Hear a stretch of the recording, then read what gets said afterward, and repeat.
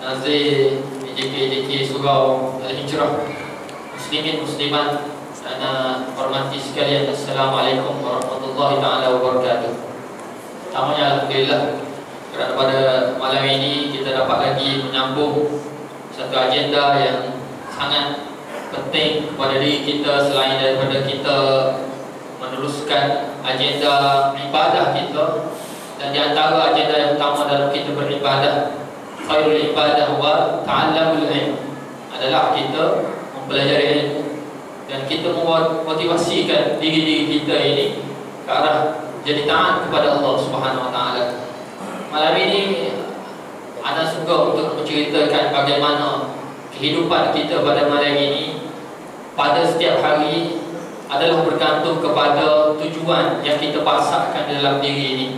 Dan tujuan amanah yang Allah Subhanahu wa taala bagi kepada kita ini tidak lain tidak bukan mempunyai kepada kita untuk belajar setiap hari. Bukannya boleh belajar sikit-sikit pada tu beres. Orang kata beres. Boleh bawa orang kampung terus ikut cara kita. Tak, belajar ini berterusan. Sebagaimana kalau kita belajar tajwid Al-Quran ini, sampai sekarang, sampailah bila-bila kita yang kena belajar Al-Quran, mencantikkan Al-Quran. Sebab tu nama ilmu Al-Quran untuk kita betulkan bacaan ini, nama dia tajwid. Bukannya takmil atau sempurna terus, tak.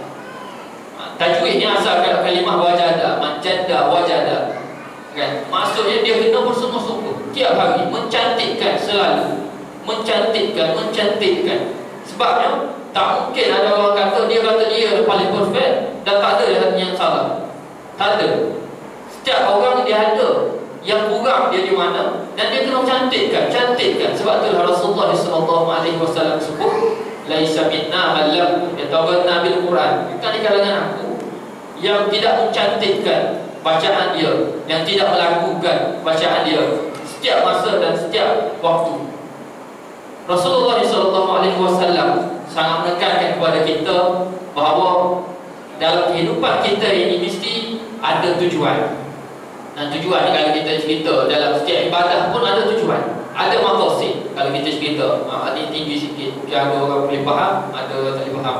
Dalam Islam ini, dalam fiqh, kita ada maqasid syariah, kita panggil, yang dinamakan dengan tujuan setiap daripada syariat Allah Subhanahu wa taala ini letakkan, wajibkan kepada semua umat Islam ini. Dia ada tujuan. Contoh yang kita boleh nampak pada hari ini, pada bulan ini, ialah Rasulullah, Allah Subhanahu wa taala kata kepada kita tujuan untuk kita berpuasa adalah la'allakum tattaqun. Dalam ayat ya ayyuhalladzina amanu kutiba alaikumusiyam kama kutiba alal ladzina min qablikum la'allakum tattaqun. Wahai orang-orang yang beriman, kutiba alaikumusiyam, telah aku wajibkan kepada kamu untuk berpuasa, satu ibadah yang aku suruh kamu tahan daripada makan minum bersama suami isteri dan perkara yang batal bukan puasa ini. Kama kutiba alal ladzina min qablikum, sebagaimana yang telah aku wajibkan kepada umat-umat terdahulu sebelum daripada kamu, la'allakum tattaqun. Sebabnya adalah untuk kamu keluar masuk daripada bulan Ramadan, keluar daripada bulan Ramadan, kamu akan jadi orang yang bertakwa. Jadi orang yang bertakwa adalah tujuan ibadah berpuasa. Sebab itulah orang yang masuk bulan puasa, dia keluar tak jadi takwa kepada Allah Subhanahu wa taala, bukan orang yang betul-betul berpuasa. Okey, nak jadi betul-betul berpuasa inilah ulama-ulama kita daripada tasawuf contohnya, daripada semua ulama Islam, dia menggariskan 3 perkara utama dalam kita nak jadikan seorang yang bertakwa kepada Allah Subhanahu wa taala. Ya, ada lagi yang dalam ayat Al-Quran kita boleh bincang bagaimana Allah Subhanahu wa taala gariskan apa dia orang yang bertakwa. Ayat yang ketiga, ayat yang 3, Allah Subhanahu wa taala beritahu dalam surah Al-Baqarah, Alif Lam Mim, dzalikal kitabu la raiba fihi hudan lil muttaqin. Allah bagi tahu dah terus. Yang ketiga ni, Al-Quran ini tak ada pada la raiba fihi, tak ada ragu-ragu pada dia. Hudan lil muttaqin, dan dia adalah hidayah kepada orang yang bertakwa. Ayat seterusnya menceritakan apa dia takwa. Alladzina yu'minuna bil ghaibi wa yuqimuna shalah. Orang yang di mana dia beriman kepada 'alal ghaib wa yuqimuna shalah, dan dia juga orang yang mendirikan sembahyang. Yuqimuna shalah wa yutuna zakat. Ayat hebat. Tertukar ada. Alladzina yu'minuna bil ghaibi wa yuqimuna shalata wa mimma razaqnahum yunfiqun walladzina yu'minuna bima unzila ilaika wa ma unzila min qablik. Dan juga mereka yang bertakwa ini adalah mereka yang beriman kepada kitab yang Allah Subhanahu wa taala turunkan kepada mereka. Wa ulaika humul muflihun. Dan mereka ini yang berjaya. Itu adalah garis panduan daripada Allah Subhanahu wa taala menceritakan apa dia takwa ini. Tetapi ulama dia menggariskan daripada semua dalam Al-Quran ini, dia letakkan ada 3 perkara yang utama dalam kita nak menjadi orang yang bertakwa kepada Allah Subhanahu wa taala. Perlu yang pertama dalam diri kita adalah kita belajar jadikan akidah kita yang pertama akidah yang salimah. Akidah yang salimah, akidah yang betul, akidah yang selamat, yang boleh membawakan kita masuk syurga Allah Subhanahu wa taala. Perkara ini yang kita boleh belajar dalam bulan Ramadan ini. Allah Subhanahu wa taala ajar kita, jadi versi kepada kita, jadi mentor kepada kita. Kita sebagai menti, kita sebagai ahli program Ihya Ramadan, program nak memperbetulkan akidah kita dalam bulan Ramadan ini. Apa dia Allah Subhanahu wa taala ajar?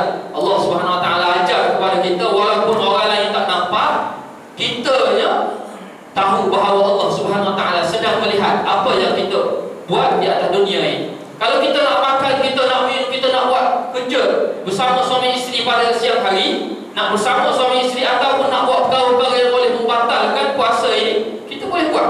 Tetapi Allah Subhanahu wa taala bagi tahu, aku nak ajar selama 30 hari.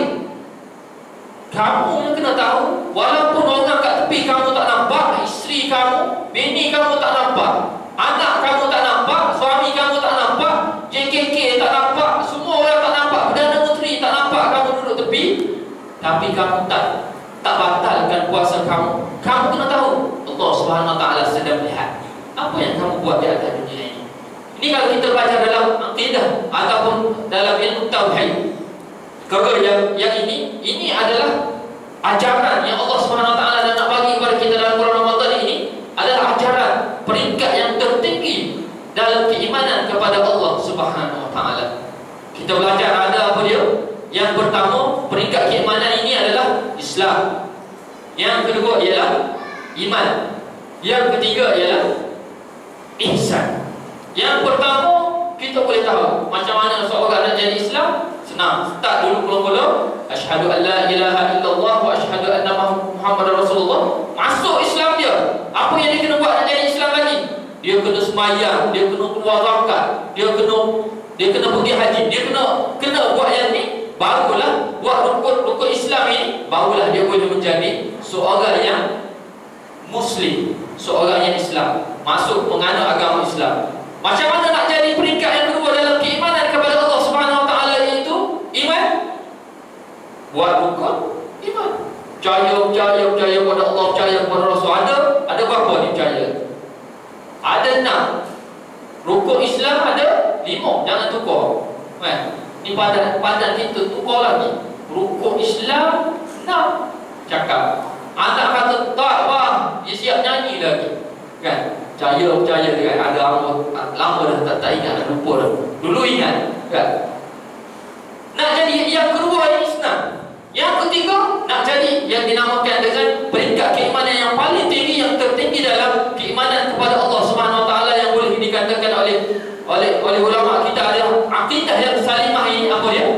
Iaitu yang dinamakan dengan ihsan. Bila mana ditanya oleh sahabat baginda Rasulullah sallallahu alaihi wasallam, apa dia yang dinamakan dengan ihsan ini? Rasulullah sallallahu alaihi wasallam dia bersabda, al-ihsan huwa ta'budullah ka'annaka tarahu, fa in lam takun tarahu fa innahu yara. Ihsan ini adalah kamu beribadah, kamu sujud, jadi hamba Allah Subhanahu wa taala ini buat perkara yang dinamakan dengan amal ibadah kamu ini dalam keadaan ka'annaka tarahu, dalam keadaan kamu nampak Allah Subhanahu wa taala duduk depan kamu. Kita buat contoh kan. Sultan panggil kita pergi istana, dia minta Muhammad bin Dollar, sila datang ke istana untuk beri pangkat sekian-sekian yang boleh menggelar datuk. Macam tu kan. Kita pun pergi. Nak jumpa ni Sultan Raja ini paling kurang 3 kali rehearsal. Bila dah sampai rehearsal, kiri kanan keris, ada robot, ada macam-macam.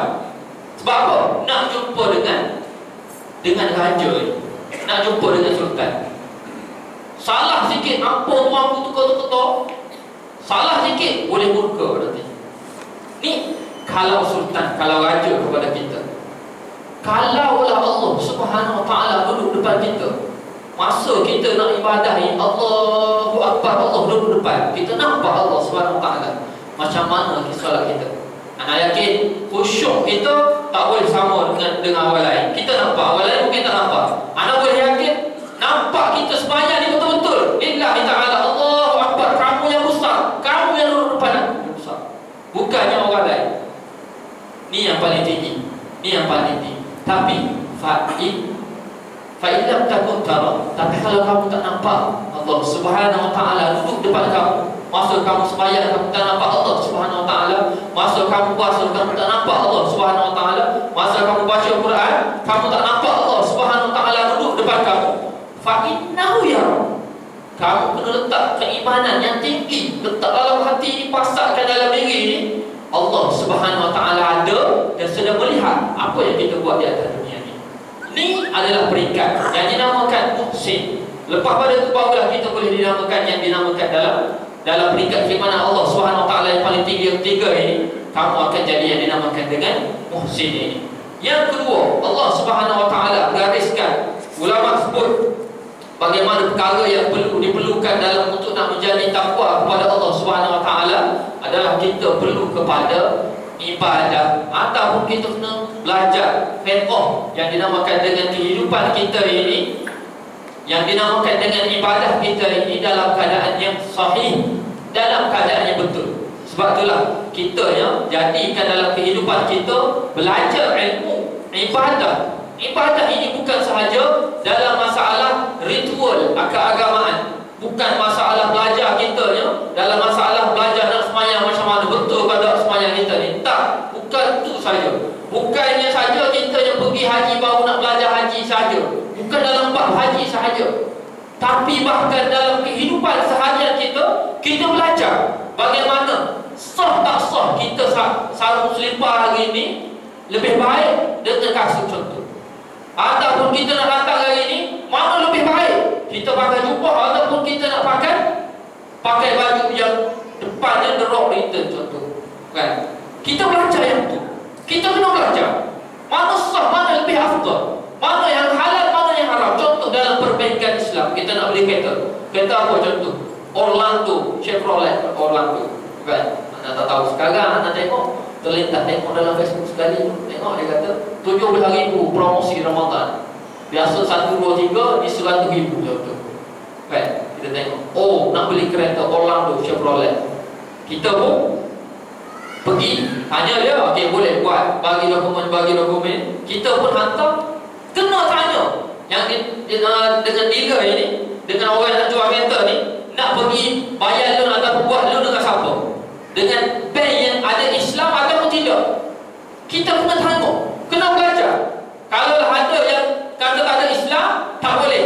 Kita kena cek, cari yang Islam. Yang ini yang dinamakan dengan ibadah juga. Bukannya ibadah kita ini sekadar yang dinamakan dengan kehidupan ini. Sebab itulah kalau ada masalah contoh yang keluar hari ini, yang keluar baru-baru ni, yang masalah apa? Cadbury. Yang masalah Cadbury itu, cuba cek, kena cek betul-betul. Betul kan hidup main ada babi tak ada babi ni? Jangan main-main. Ada sampai yang teruk tu apa? Sampai tak boleh nak pergi Mekah tu masalah pula, kan? Cuba cek, kena cek supaya kita ibadah kita sah. Jangan disebabkan kita tak ada yang dicek, kita tak cek ini menyebabkan ibadah kita ini tak sah dan boleh menyebabkan rugi sahaja. Sebagaimana kalaulah kita berpuasa ini, yang Rasulullah SAW sebut, ramai kamin saim laisa lahu min siyamihi illa al-ju' wal 'atash. Berapa ramai yang dia berpuasa, tetapi dia tak dapat apa pun daripada puasa dia tersebut kecuali lapar dan dahaga. Kenapa? Sebabnya ada banyak kes. Contohnya, ianya berpuasa tetapi tak solat. Dia berpuasa tetapi dia buat jahat dekat orang juga. Dia berpuasa tapi jiran dekat sebelah ni tak makan apa pun, dia nak makan 4, 5, 6 lauk sampai tak habis bazir. Sebelah ni anak yatim, dia tak bagi makan. Cek, nanti pahala kita puasa kita habis, bagi kat dia. Sebab kita tak cek jiran kita. Banyak kes. Contoh kita lagi, kita pergi pasar, beli dengan makanan yang tuannya tak betul, tetapi kuih yang tuduhnya. Yang ni masalah juga. Kita makan dalam keadaan tu. Yang ni menyebabkan amal kita dalam bulan puasa ini buka dalam keadaan yang syubhah. Senang kita makan makanan syubhah ini pun boleh dikatakan boleh menyebabkan pahala kita kurus ataupun pahala puasa kita ini tak ada. Yang ni yang kita kena cek. Dalam bulan Ramadan ini juga Allah Subhanahu Wa Taala ajar kepada kita dalam nak berbetulkan ibadah kita ini, kita ada yang dinamakan dengan solat sunat tarawih. Kenapa perlu ada solat sunat tarawih dalam bulan Ramadan? Senang cerita, ulama cakap solat sunat tarawih ini adalah satu solat sunat untuk nak mempersempurnakan balik, mencantikkan balik solat fardu kita. Kenapa? Solat fardu kita tak khusyuk. Solat fardu sahabat-sahabat bila mana dicek dengan Rasulullah kata semua payah nak dapat khusyuk. Sahabat pun payah. Kita tak tahu lah. Rakaat pertama Allahu Akbar tu batu bos. Allahu Akbar tu Australia tadi baru cek. Australia ni ada tiket free. Ada tiket murah nak pergi Australia. Contoh kan. Ni dalam masalah kita ini khusyuk susah nak dapat. Macam mana nak suruh cantikkan solat fardu kita ini yang tak khusyuk, yang tak cantik ini? Kita, Allah Subhanahu Wa Taala suruh kita solat sunat tarawih. Bukannya 2 rakaat, bukannya 4 rakaat, bukan 6 rakaat, tapi paling kurang kena 8 rakaat. Banyak. Kan tak pernah ada orang lepas pada bulan puasa ni bangun lepas pada insya-Allah buat 8 rakaat. Allah kalau ada kan, orang Arab kan, anak pergi Syria, anak duduk Syria sempat sebelum pada pergi Jordan, habis di Uzar dulu, pergi Syria dekat dengan setahun lebih kurang. Anak duduk di Syria memang Masya Allah, dengan kelas ilmunya, orangnya pula baik-baik. Kalau syekh ni kita belajar agama, kita belajar apa? Tafsir, kita belajar fiqh. Habis sebulan dia panggil semua anak murid dia, lagi-lagi yang ajanik ni, pelajar-pelajar luar negara ni, kita termasuk Malaysia ni, dia panggil semua bagi duit. Beza dengan Mesir. Ni syekh kita ni dekat Mesir. Di Syria, kalau seorang pelajar untuk satu buku ataupun satu kitab yang kita belajar dengan Tok Syekh ni, sebulan dia bagi $100 seorang, $100. Kalau dah kahwin double, $200. Yang ni dah kahwin, kau nak kahwin kita zakui cinta, ya Allah, $200. Belajar dapat duit. Kan? Nak cakapnya orang Syria ini sungguh cantik, tetapi sekarang Allah Akbar. Anda tengok orang Syria ni juga, dia lepas pada solat Isyak, dia semayang tu banyak. Anda pelik, semayang dia orang ni macam bulan Ramadan, bersungguh. Lepas pada solat Isyak tu, Allahu Akbar, tetapi cepatlah. Solat 2 rakaat tu cepat. Tapi buatnya 8 ke 10 lebih kurang. Kita nak abad tak dapat. Kita padan dengan tu doa sikit balik dah penat ni kan. Kita tapi tak dia orang nak cakap ni. Orang Arab ada, kita ni mungkin tak ada. Allah kalau ada untuk imam lepas pada solat Isyak ni, biasa hari biasa solat 8 rakaat, hebat. War tak imam kita. Tak, duk main gitu. Tak imam pun ada? Tak ada. Kan? Yang kita kena cek. Kenapa kena buat solat tarawih ini? Sebabnya nak suruh kita cantikkan yang dinamakan dengan solat fardu kita ini. Yang ketiga, kita perlu juga untuk nak jadi yang dinamakan dengan bertakwa kepada Allah Subhanahu Wa Taala. Orang yang bertakwa kepada Allah Subhanahu Wa Taala ini perlu kepada kita untuk nak mempercantikkan akhlak kita, nak mempercantikkan akhlak kita. Akhlak ini yang dinamakan dengan akhlak Rasulullah SAW, sebagaimana yang diceritakan oleh Sayyidatina Aisyah kita radhiyallahu anha. Dia kata bila mana ditanyakan bagaimana dengan akhlak Rasulullah SAW, Aisyah bagi tahu, kana khuluquhul Quran. Sesungguhnya akhlak Rasulullah SAW ini adalah akhlak Al-Quran. Bagaimana yang Quran bagi tahu dalam Quran, itu Al-Quran berjalan. Itu yang dibuat oleh Rasulullah SAW. Abu Bakar, Sayyidina Umar, dia bagi tahu kepada sahabat-sahabat, aku tengok kamu semua ini menghafal Quran banyak sangat, tetapi akunya start daripada surah Al-Baqarah ini, aku hafal surah Al-Baqarah selama 9 tahun. Sayyidina Umar, sahabat-sahabat ni setahun, tak apa setahun dah habis dah surah Al-Baqarah 2 juz setengah ni. Tapi Sayyidina Umar tak. Dia kata aku menghafal surah Al-Baqarah selama 9 tahun. Bila dia tanya kenapa Umar, kamu yang menghafal 9 tahun, lama sangat Umar 9 tahun ni, sampai mati kamu tak habis Quran. Kan, 9 tahun. Adik-adik kita ni paling cepat biasa berapa? 3 tahun dapat banyak habis Quran. Satu Quran 3 tahun.